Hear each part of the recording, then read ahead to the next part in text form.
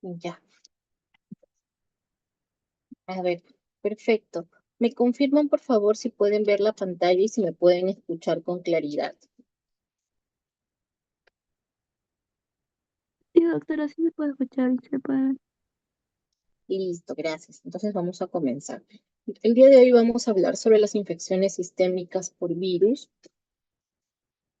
Para recordar, por ejemplo, dentro de la clasificación de lo que son los virus pertenecientes a la familia del herpes virus, vamos a tener eh, dentro de esta familia algunas subfamilias como son los alfa herpes virus, donde están el herpes virus 1 y 2 asociadas a, por ejemplo, el herpes genital, herpes oral. Luego también vamos a tener lo que son los beta herpes virus, donde están, por ejemplo, el virus, el citomegalovirus. También vamos a tener los gamma herpes virus, donde vamos a tener al herpes virus 4, también conocido como virus de Epstein-Barr, y el herpes virus de tipo 8, asociado a la infección por sarcoma de Kaposi. Vamos a hablar de los principales virus pertenecientes a esta familia, como va a ser el citomegalovirus. Este virus va a ser una de las principales causas de disfunción multiorgánica en pacientes que están inmunosuprimidos. La inmunosupresión puede ser tanto por trasplante de órganos sólidos o progenitores hematopoyéticos, como también inmunosupresión secundaria a la infección por VIH, ¿no? Sobre todo cuando es que comenzamos a tener una, un compromiso sistémico por el virus de citomegalovirus, sobre todo cuando los pacientes con VIH tienen CD4 menos de 50, ¿no? Con los CD4 menos de 50 es más frecuente ya ver compromiso sistémico. Es la infección vírica intrauterina más frecuente y también puede provocar trastornos del desarrollo neurológico como secuelas en los lactantes infectados en el útero. Rara vez produce síntomas en personas sin inmunosupresión y casi todas las infecciones agudas son clínicamente asintomáticas.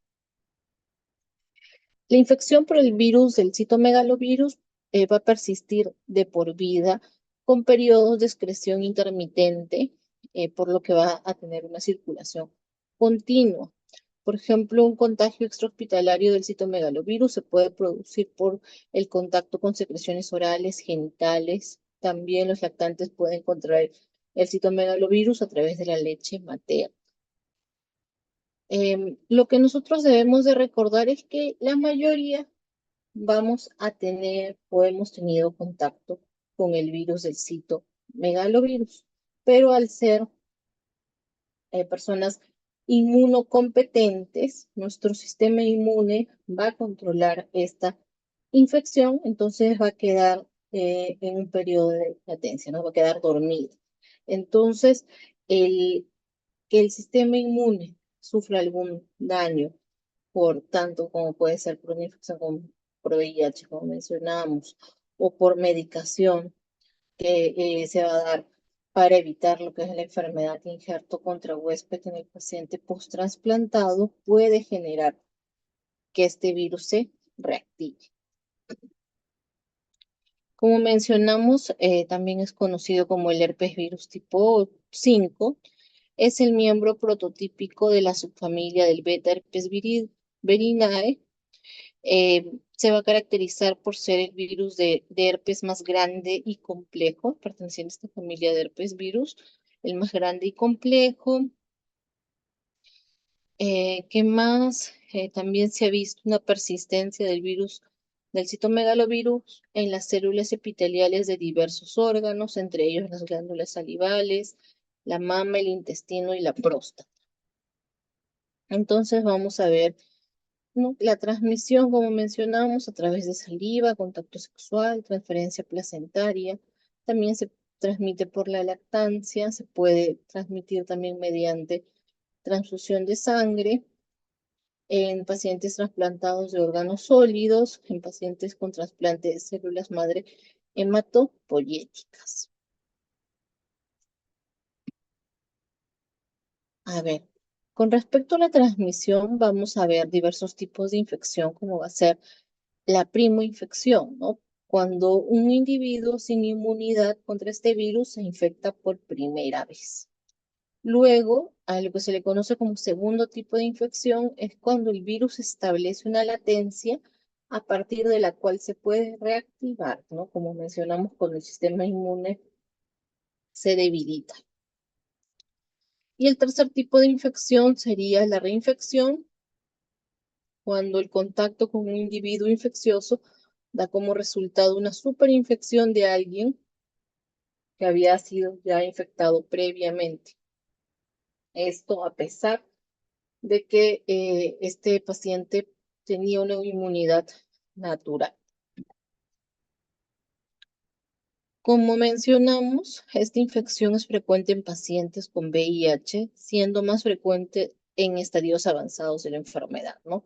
Nos hablan de CD4 menos de 100, sobre todo cuando es menos de 50, ¿no? Entonces, mientras más bajo es el CD4, va a ser mayor la probabilidad de poder, de que el paciente pueda desarrollar una infección sistémica por este virus, ¿no? Entonces, como vemos en esa tabla, ¿qué es lo que vemos ahí, no? A partir de qué, de qué valor de CD4 es que comenzamos a ver clínica, ¿no? Entonces vemos que el citomegalovirus es una de las infecciones oportunistas que se comienzan a presentar con los CD4 más bajos, ¿no? Sobre todo en menos de 100, menos de 50. A ver, también les mencioné el tema de los pacientes post-transplantados, como dijimos, pacientes post-trasplante de órganos sólidos, post-trasplante de células madre hematopoyéticas. Entonces, ¿qué clínica, por ejemplo, podemos tener en este tipo de pacientes? En el paciente post-trasplantado podemos tener pacientes que presenten fiebre, leucopenia, pueden hacer una neumonitis por citomegalovirus, esofagitis, hepatitis, retinitis. También por la invasión de los tejidos puede haber presencia de nefritis, miocarditis, pancreatitis y cistitis asociada al citomegalovirus. En los pacientes con VIH, una de las manifestaciones clínicas más frecuentes que vamos a encontrar va a ser la de la retinitis por citomegalovirus, que ahora lo vamos a mencionar. Luego vamos a tener también la infección en el paciente inmunocompetente y la infección congénita y neonatal. Dentro del compromiso por el citomegalovirus, vamos a tener, por ejemplo, el compromiso gastrointestinal. ¿Cómo se va a manifestar? Por presencia de ulceraciones superficiales en la mucosa. La infección por citomegalovirus con compromiso gastrointestinal va a ser una causa importante de hemorragia digestiva alta. La ubicación más frecuente va a ser a nivel del esófago medio y distal. Esófago medio y distal. ¿Qué otros síntomas puede tener el paciente? Puede manifestar disfagia, náuseas, vómitos, fiebre, dolor abdominal. También puede generar ulceraciones superficiales en la mucosa. Puede también el citomegalovirus ser una causa de una hemorragia digestiva baja, produciendo en el paciente rectorragia. Y a nivel del tracto gastrointestinal inferior, lo que vamos a ver es con mayor frecuencia compromiso a nivel de colon. Ahora, con respecto a lo que es la retinitis, lo que vamos a apreciar son focos de necrosis retiniana blanquecina que va a tener unos bordes borrosos. Lo que se aprecia, como pueden ver en las flechas, por ejemplo, es una vasculitis retiniana y presencia de áreas hemorrágicas, ¿no? Entonces, ¿qué es lo típico de la imagen que nos dicen en un paciente con retinitis por citomegalovirus, como si fuera una pizza de anchoas, ¿no? O sea, por la hemorragia que va a producir. A ver, con respecto al diagnóstico, podemos tener lo que es la infección por citomegalovirus o ya hablamos de una enfermedad por citomegalovirus. ¿A qué nos referimos con infección? ¿No? Como mencionamos, la mayoría hemos tenido contacto con este virus. Si nos hacemos una prueba de IgG, pues esta prueba va a salir positiva. En cambio, nos referimos a enfermedad cuando el citomegalovirus está causando manifestaciones clínicas, ¿no? Por ejemplo, podemos tener la presentación de neumonitis, compromiso gastrointestinal, encefalitis, retinitis, como las manifestaciones más frecuentes, ¿no? Entonces, ¿cuál es, por ejemplo, una manera de diagnosticar la neumonitis por citomegalovirus, ¿no? Entonces, primero es la clínica, ¿no? Que hablamos, puede ser un paciente con VIH con CD4 bajo, menos de 100, eh, aún más si es que estés menos de 50, o un paciente post-trasplantado. Eh, ¿Qué más que, por ejemplo, no para una neumonitis clínicamente, vamos a ver un paciente que puede tener disnea, puede estar desaturando, puede tener fiebre. Radiológicamente, ¿cómo se manifiesta la neumonitis por citomegalovirus? Por ejemplo, con un infiltrado intersticial bilateral. Va a ser un diagnóstico diferencial de la neumocistosis, ¿no? Justamente en el paciente con neumocistosis, yo debo de plantear como una posibilidad diagnóstica también la neumonitis por citomegalovirus, que me va a dar unas imágenes bastante similares. Entonces, ¿cómo confirmo si se trata o no de una neumonitis por citomegalovirus? Se habla, por ejemplo, de tomar pruebas, ¿no? Como PCR en lavado bronquiolo alveolar o en una biopsia transbronquial, pruebas de inmunohistoquímica para citomegalovirus, ¿no? Serían ah, algunas opciones para llegar al diagnóstico. A ver, ¿de qué va a depender la gravedad de la infección por citomegalovirus? De la capacidad de latencia. Vamos a tener tanto células mononucleares circulantes y neutrófilos polimorfonucleares. En el endotelio vascular vamos a encontrar inflamación vascular y ateroesclerosis. En el inmunosuprimido, como mencionamos, el citomegalovirus se reactiva y esto nos puede llevar a producir una enfermedad. Entonces, el diagnóstico va a ser la clínica, la demostración del virus, ¿no? Que puede ser por pruebas moleculares, también por pruebas de inmunohistoquímica o de anatomía patológica. Por ejemplo, lo que nosotros vemos en esta imagen es una biopsia donde vemos la citomegalia con inclusiones en ojo de búho. Vemos que el tamaño de las células que están infectadas por citomegalovirus es mayor, así como los núcleos son de mayor tamaño en comparación a las células no infectadas que están alrededor. También, por ejemplo, se puede utilizar lo que es la detección de anticuerpos monoclonales y la detección de lo que es el PP65, ¿no?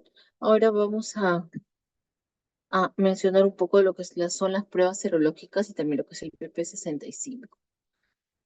A ver, entonces podemos utilizar lo que es la detección de anticuerpos, podemos utilizar lo que son muestras también de que, por ejemplo, muestras de orina, saliva, sangre, plasma, lavado bronquiolo alveolar, líquido cefalorraquídeo o biopsias.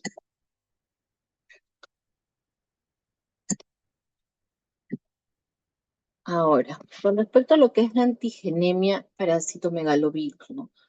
Eh, Hace algunos años, cuando todavía no se encontraban disponibles con mucha facilidad las pruebas moleculares, las pruebas de PCR, lo que se utilizaba era esta antigenemia en citomegalovirus, que nos permitía la detección rápida y directa de las proteínas de citomegalovirus llamadas PP65 presentes en leucocitos de sangre periférica.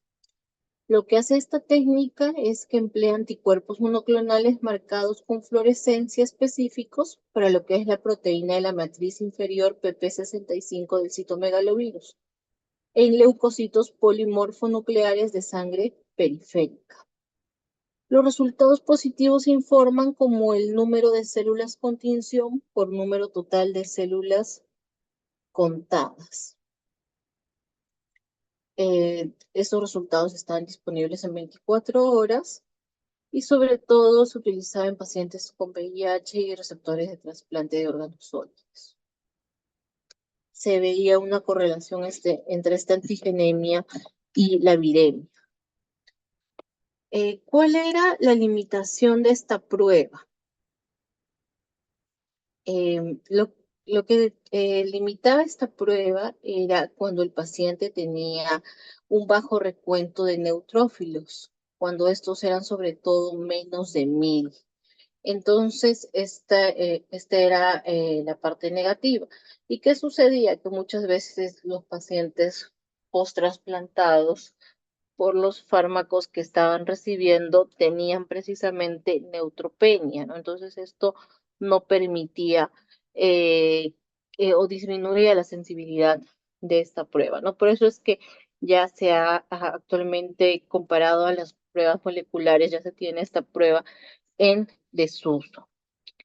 Ahora, ¿cuáles son los fármacos antivirales que tienen em, efecto o que nos sirven para el manejo del citomegalovirus? Vamos a tener a los más conocidos, que son los análogos de nucleósidos que inhiben el ADN de la polimerasa viral, donde se encuentra el ganciclovir y el valganciclovir.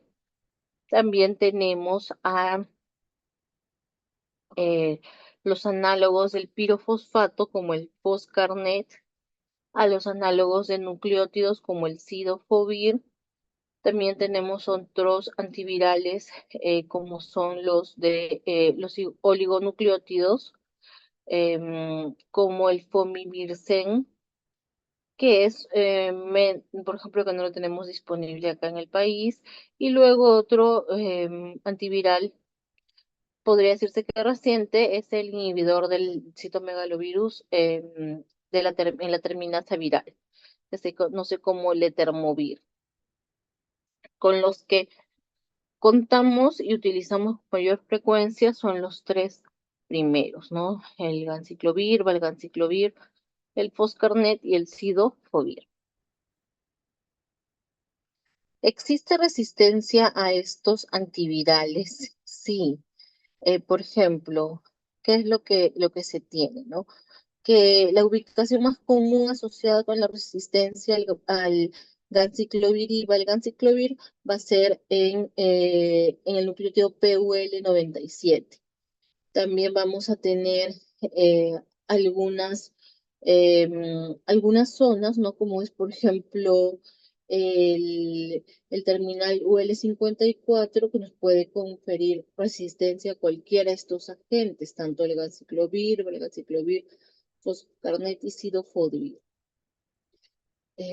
Por lo cual también es importante el uso restringido y con supervisión de estos antivirales. ¿No? Entonces, como dijimos, el UL97 asociado a resistencia a ganciclovir, el UL54 asociado a resistencia con foscarnet y cidofovir, y también podría hablarse de resistencia al etermovir. Hasta ahora no hay una vacuna que se haya podido desarrollar para prevenir las infecciones por citomegalovirus. Muchas de ellas están en estudios en fase 2, pero no hay alguna que esté comercializada. Ahora, ¿cuál es el tratamiento? Por ejemplo, vamos a poner el ejemplo más común, que es para la retinitis por citomegalovirus. Si utilizamos lo que es el ganciclovir, vamos a tener dos fases, la inducción y mantenimiento. La inducción consiste en 5 miligramos kilo 2 veces al día por 14 a 21 días. Luego también se puede pasar a lo que es la vía oral con valganciclovir, hacer este switch a la vía oral. Y otras opciones serían pues, el uso de foscarnet o sidofovir. En los pacientes que tienen retinitis por citomegalovirus, también se recomienda el uso de inyecciones intravítreas del producto, como por ejemplo inyecciones intravítreas de ganciclovir, de foscarnet o de sidofovir. Lo que más solemos utilizar es el ganciclovir intravítreo, ¿no? Entonces se da un tratamiento conjunto, no tanto el tratamiento en ampollas endovenoso como el uso del ganciclovir intravítreo. Entonces vamos a pasar a otro virus, que es el virus de Epstein-Barr. Como mencionamos, también pertenece a la familia de herpes viridae.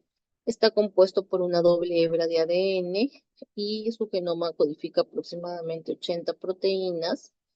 Es un herpes virus que tiene tropismo por los linfocitos B, las células del epitelio cervical uterino, las células del epitelio ductal de la parótida y las células del epitelio oral. También una de sus principales características que comparte con otros virus de la familia del herpes es que van a generar una infección latente y persistente, como hemos estado conversando. Vamos a tener una alta prevalencia de serología positiva para Epstein-Barr. Sobre todo ¿qué es lo que se ha encontrado?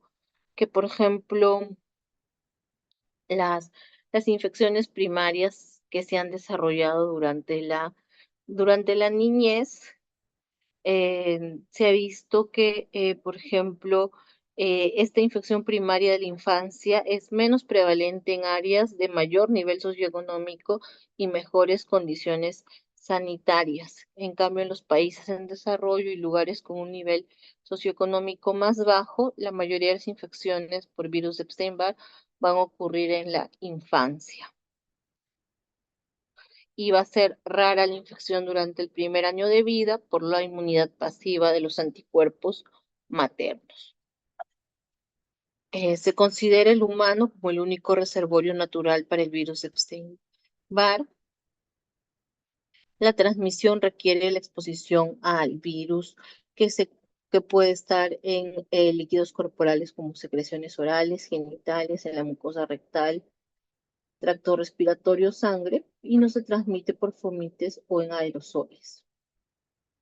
Las glándulas salivales se reconocen como reservorios y participan en lo que es la transmisión del virus por la vía de orofaríngeo.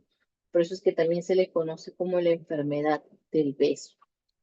Hay evidencia sobre la presencia del virus en el epitelio cervical, en el semen, pero no se ha demostrado, por ejemplo, una presencia de transmisión sexual. El periodo de incubación va a ser de 3 a 7 semanas. ¿Cómo, ¿cómo es que se produce? Voy a ver un ratito.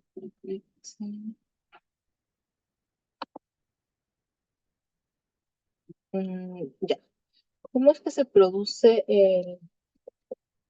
la infección? ¿No? Primero, el virus de Epstein-Barr infecta y se replica en las células epiteliales del orofaringe y después es que se infectan los linfocitos B.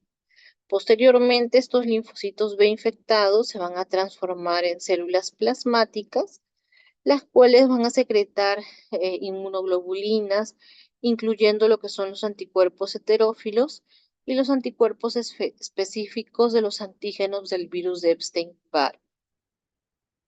Estos linfocitos B infectados inducen la proliferación de los linfocitos T, particularmente lo que son las células T citotóxicas o supresoras.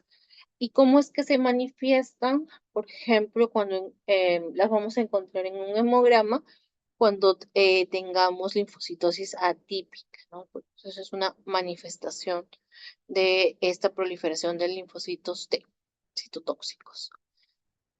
También vamos a tener que esta proliferación de tanto células T y linfocitos B infectados nos pueden producir lo que es las adenopatías y también hepatosplenomegalia. Como podemos ver en esta imagen, ¿no? Digamos que resumen lo que ahorita les acabo de mencionar. ¿Qué más?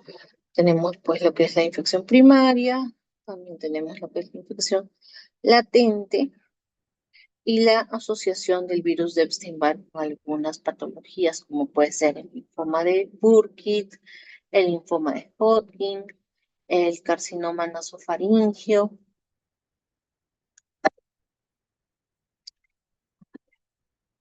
Dentro de los signos y síntomas, vamos a tener que hasta que la fiebre va a ser uno de los más frecuentes, con picos febriles que pueden llegar hasta los 40 grados y que se van a resolver en un periodo de 10 a 14 días. También el paciente puede presentar un rash de tipo macular, eritematoso, puede haber presencia de petequias. Estas lesiones podrían también ser parecidas, similares al eritema multiforme, y se van a ver sobre todo en qué localización, lo que son extremidades superiores y el tronco. También podemos encontrar manifestaciones como la presencia de úlceras nasales y orales, vasculitis leucocitoclástica y glomerulonefritis mediada por complejos inmunes, sobre todo en el contexto de cuadros de mononucleosis infecciosa asociados al virus de Epstein-Barr. ¿Qué particularidad podemos encontrar en esta fase tan sintomática? Que, por ejemplo, se ha visto que la administración de ampicilina puede producir prurito y una erupción eritematosa de tipo maculopapular hasta en el 90-100% de pacientes. Y estas lesiones podrían persistir hasta después de que se suspende el antibiótico. ¿Qué quiere decir esto? Que un paciente podría estar presentando estos síntomas secundarios a una infección por el virus de Epstein-Barr y, y confundirla con, digamos que el médico tratante, la persona que lo está atendiendo, confundirla con una infección bacteriana, ¿no? Entonces, si es que a este paciente se le administra ampicilina, lo que se ha visto en los pacientes que estén cursando con una infección por Epstein-Barr es que puede producir esta particularidad, ¿no? De generar una erupción cutánea con prurito de tipo mácula papular secundaria al uso de ampicilina cuando hay un cuadro agudo de infección por virus de Epstein-Barr. A ver, ¿cómo es que se va a ver la faringe? Es decir, eritematosa, con un exudado en casi un tercio de los pacientes. Se van a observar petequias en el paladar. Las adenopatías posteriores son comunes, siendo también frecuente la presencia de adenopatías submaxilares y anteriores. También pueden aparecer adenopatías axilares o inguinales. No suelen ser dolorosos de manera espontánea, un leve dolor a la palpación. Entonces, por ejemplo, dentro de estos síntomas en un paciente que tenga un cuadro de mononucleosis infecciosa secundario del virus de Epstein-Barr, podemos encontrar faringitis, malestar general, cefalea, anorexia. La mayoría de los pacientes van a resolver los síntomas en un periodo de 2 a 3 semanas. La faringitis se suele mantener por máximo 3 a 5 días y después se resuelve gradualmente en el transcurso de una semana a 10 días. Los pacientes se pueden mantener febriles por un periodo de 10 a 14 días, pero en los últimos 5 a 7 días la fiebre suele usualmente bajar. También tenemos lo que es la infección por el virus de Epstein-Barr crónica persistente. Se trata de la persistencia de la infección, sobre todo en adultos jóvenes y de mediana edad. Pueden presentar lo que es fatiga, odinofagia, una disfunción cognitiva leve y mialgias.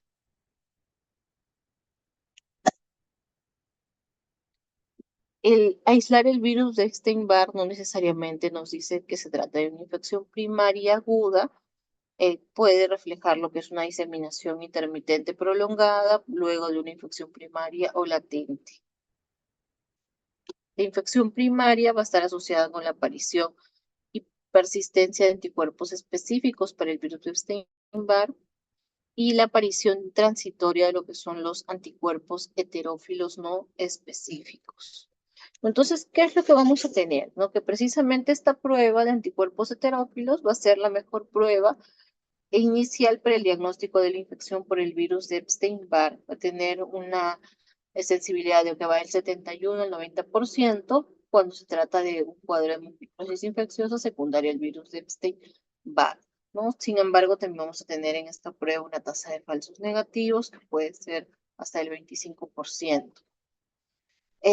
Vamos a ver que también, por ejemplo, la presencia de anticuerpos de tipo inmunoglobulina M contra el antígeno de la cápside viral del virus de Epstein-Barr va a confirmar lo que es la mononucleosis infecciosa, mientras que su ausencia excluye el síndrome.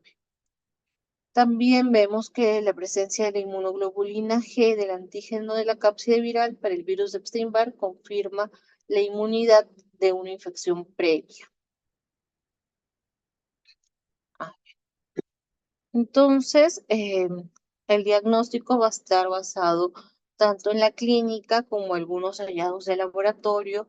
También, por ejemplo, como mencionamos en el hemograma, podemos tener la presencia de linfocitos atípicos, podemos tener presencia de anticuerpos heterófilos por diferentes métodos, tanto la de Paul-Bunel o por el monolátex. Entonces, ¿qué son estos anticuerpos heterófilos que hemos estado mencionando? Son llamados así porque ellos pueden reaccionar con antígenos de especies no relacionadas.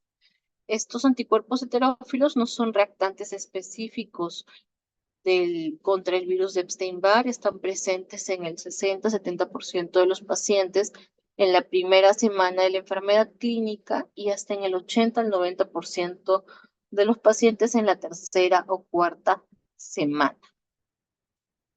Los anticuerpos heterófilos van a ser transitorios y desaparecen en un lapso que va desde los 3 meses y hasta al año, ¿no? En ese periodo van a desaparecer.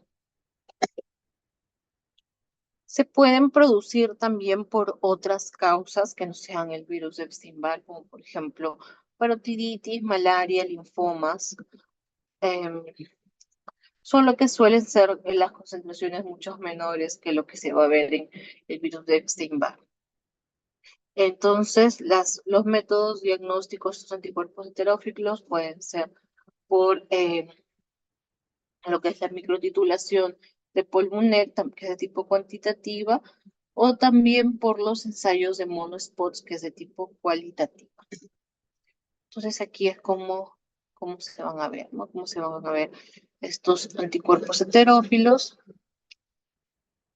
También en los pacientes con una infección por el virus de Epstein-Barr vamos a ver, por ejemplo, la presencia de neutropenia, sobre todo en la segunda semana de enfermedad. También se puede ver hasta en el 50% de los pacientes que presentan trombocitopenia a nivel de enzimas hepáticas. También se puede encontrar una elevación de las transaminasas, que sobre todo se va a dar en la segunda o tercera semana de la infección. También se puede encontrar secundario este aumento de enzimas hepáticas, se puede encontrar elevación de la fosfatasa alcalina y en ocasiones, pero con menor frecuencia, de la bilirrubina. A ver, dentro de lo que es la serología para el virus de Epstein-Barr, vamos a tener lo que son los antígenos tempranos, que son, son proteínas no estructurales. Por ejemplo, vamos a tener aquí tanto el componente restringido como el componente difuso. Luego vamos a tener lo que son los antígenos tardíos, que son proteínas virales que se expresan, como dice su nombre, tardíamente en este ciclo. Aquí, ¿cuáles ¿Cuáles son? Que son una de las que más se usan. El antígeno, por ejemplo, de la cápside viral, está presente en las células infectadas, el antígeno de la membrana, presente también en la superficie de las células infectadas, y vamos a tener las células huésped infectadas por el virus de Epstein-Barr, que expresan en la fase latente un antígeno nuclear. A estas se les conoce como EPNA. Entonces, ¿cómo es que se va a dar la evolución de estos anticuerpos en la infección por el virus de Epstein-Barr? Vamos a ver cómo al inicio lo que se va a elevar durante las primeras, sobre todo en las primeras 4 semanas, va a ser el IgM anti-BCA. Posteriormente vamos a ver cómo se vuelve positivo el IgG anti-BCA, y a partir de las 4 semanas se puede tornar positivo el IgG anti-EBNA. Este IgM anti-BCA suele a las 2 semanas ya negativizarse. Entonces, por ejemplo, acá tenemos algunos patrones de los anticuerpos en la infección por el virus de Epstein-Barr. Por ejemplo, a ver, si estamos hablando de una infección aguda, ¿qué es lo que vamos a tener positivo? Como dijimos, el IgM anti-BCA. Por ejemplo, también ahí pueden estar positivos los anticuerpos heterófilos que tanto hemos mencionado. Eh, Puedo tener un IgG anti-BCA positivo, sí. El anti-EA podría ser positivo o negativo, pero por ejemplo, en una infección aguda yo voy a tener un anti-EBNA negativo, ¿no? No sería positivo. A ver, ¿y qué pasa en una infección pasada? Entonces, voy a tener un IgM anti-BCA negativo, un anti-EA también negativo, el anti-EBNA va a estar positivo, el IgG anti-BCA va a ser positivo, y los anticuerpos heterófilos podrían ser positivos o negativos. ¿Por qué? Por lo que mencionamos que su duración va de los 3 meses a los 12 meses, ¿no? Por eso es que podría en una infección pasada estar positivo o también ser ya negativo.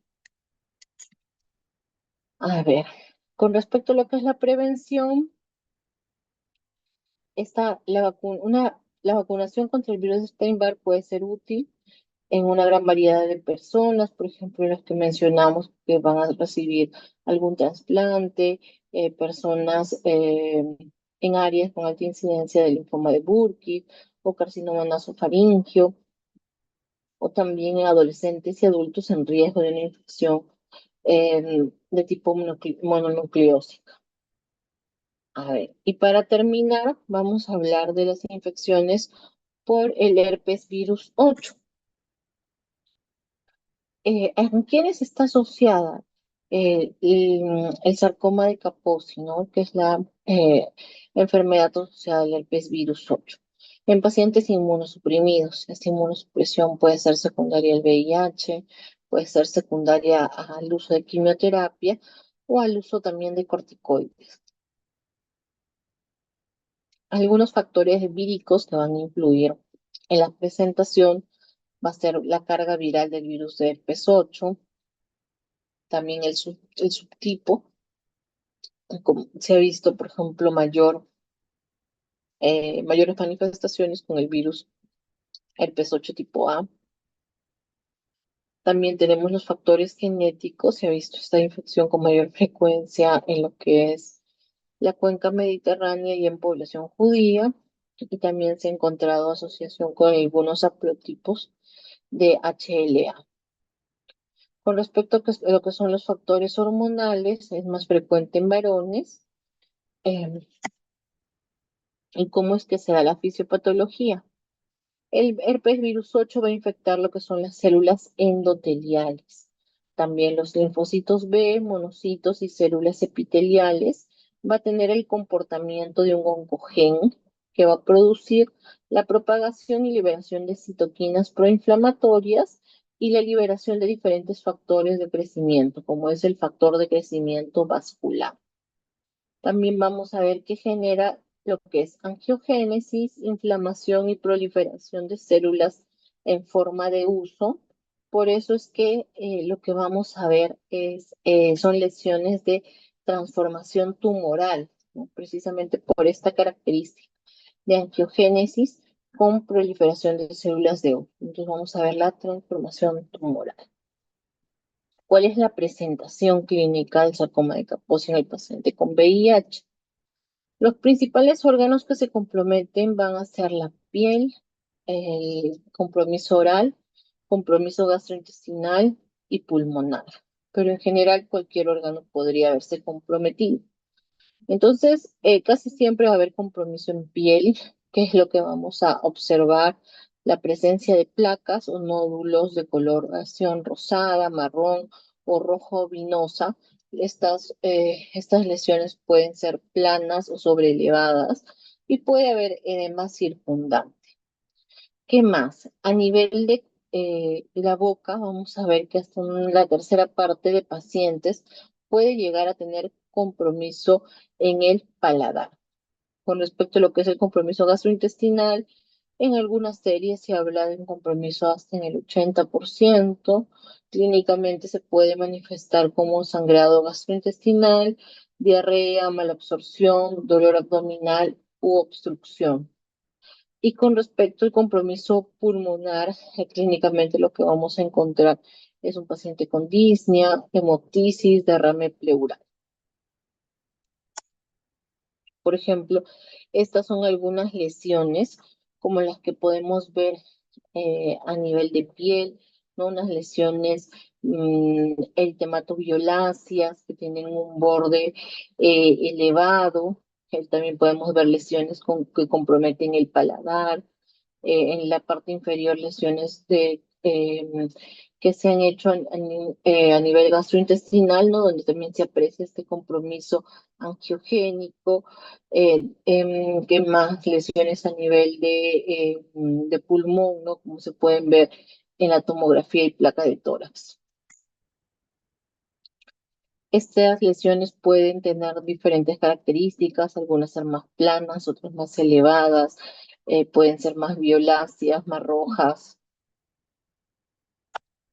Por ejemplo, este es un paciente, las imágenes superiores son de un paciente, es el mismo paciente. O sea, las dos primeras es el mismo paciente, la imagen inferior es otro paciente, ¿no?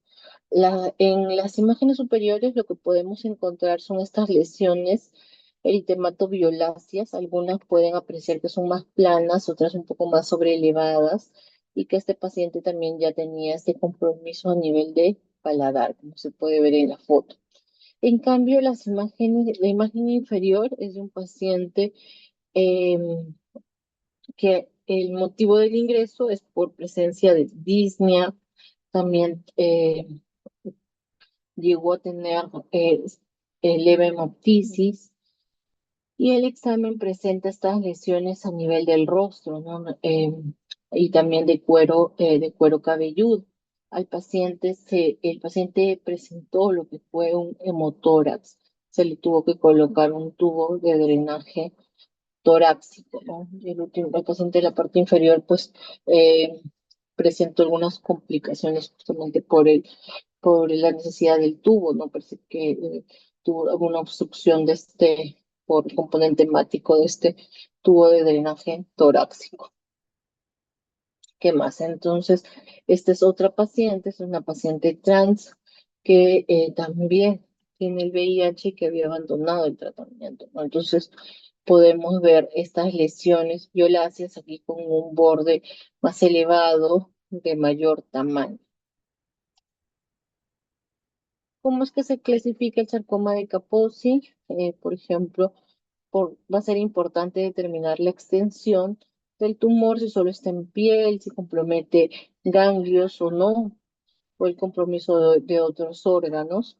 También con respecto al sistema inmune, eh, tenemos que ver si el paciente tiene un CD4 mayor o menor a 150, y también ver el compromiso sistémico.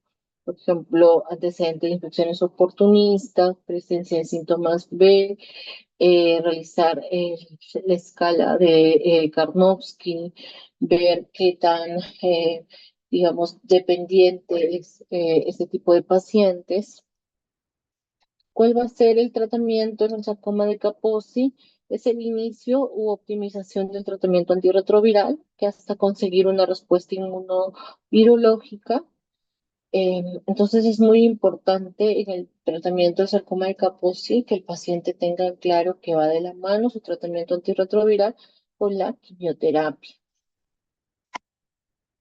También tenemos algunos tratamientos tópicos que pueden funcionar sobre todo en lesiones pequeñas y poco numerosas, como inyecciones de vinblastina intralesional, radioterapia, cirugía, limiquimod, bioterapia son opciones.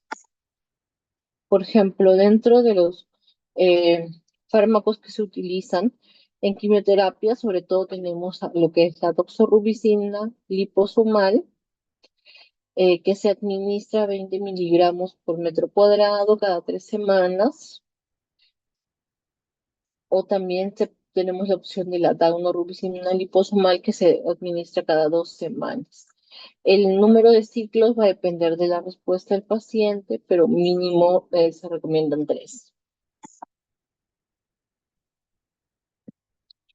Como segunda alternativa tenemos el uso del paclitaxel. Cada 2 semanas se usa como un tratamiento de segunda línea. Es igual de eficaz, pero es más tóxico, tiene más efectos secundarios. También,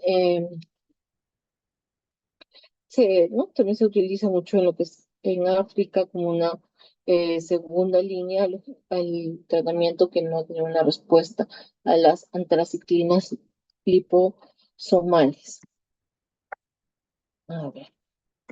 Entonces, no sé si tienen alguna duda, pregunta sobre esta clase, sobre estos virus que hemos hablado, el citomegalovirus, el virus de Epstein-Barr y el herpesvirus tipo 8, o también conocido como sarcoma de Kaposi. A ver, chicos, no sé si tienen alguna duda, pregunta, comentario, algo que no haya quedado claro.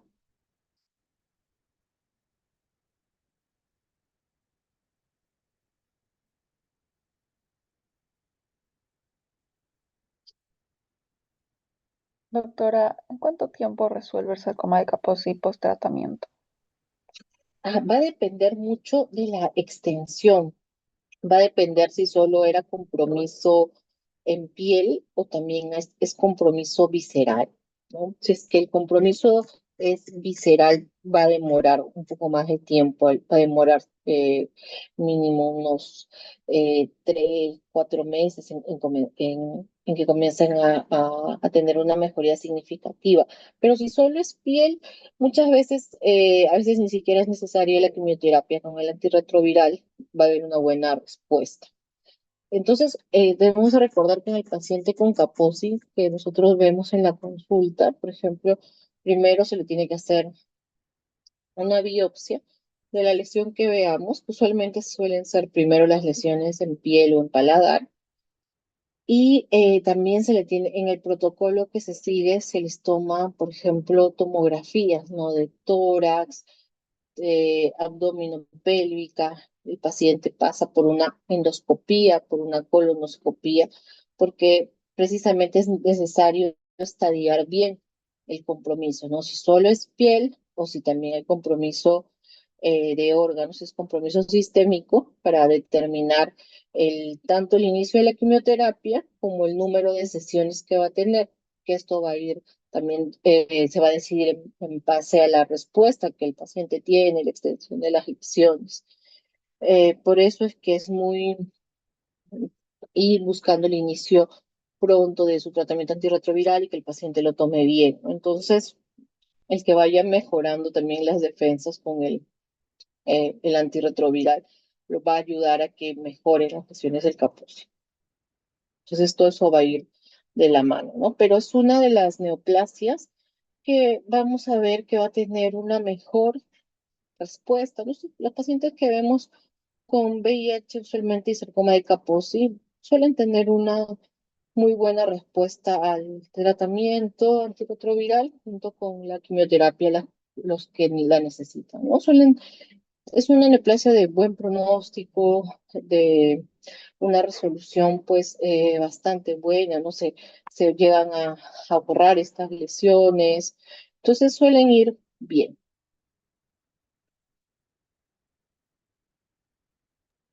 Gracias, doctora. ¿Hay alguna otra pregunta?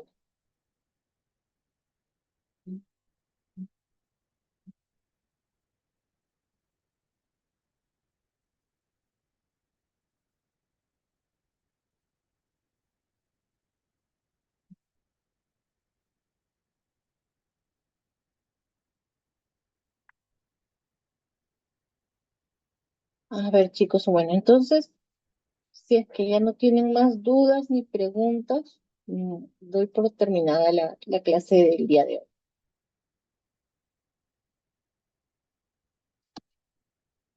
Gracias, doctora. Hasta luego, que tengan un buen día.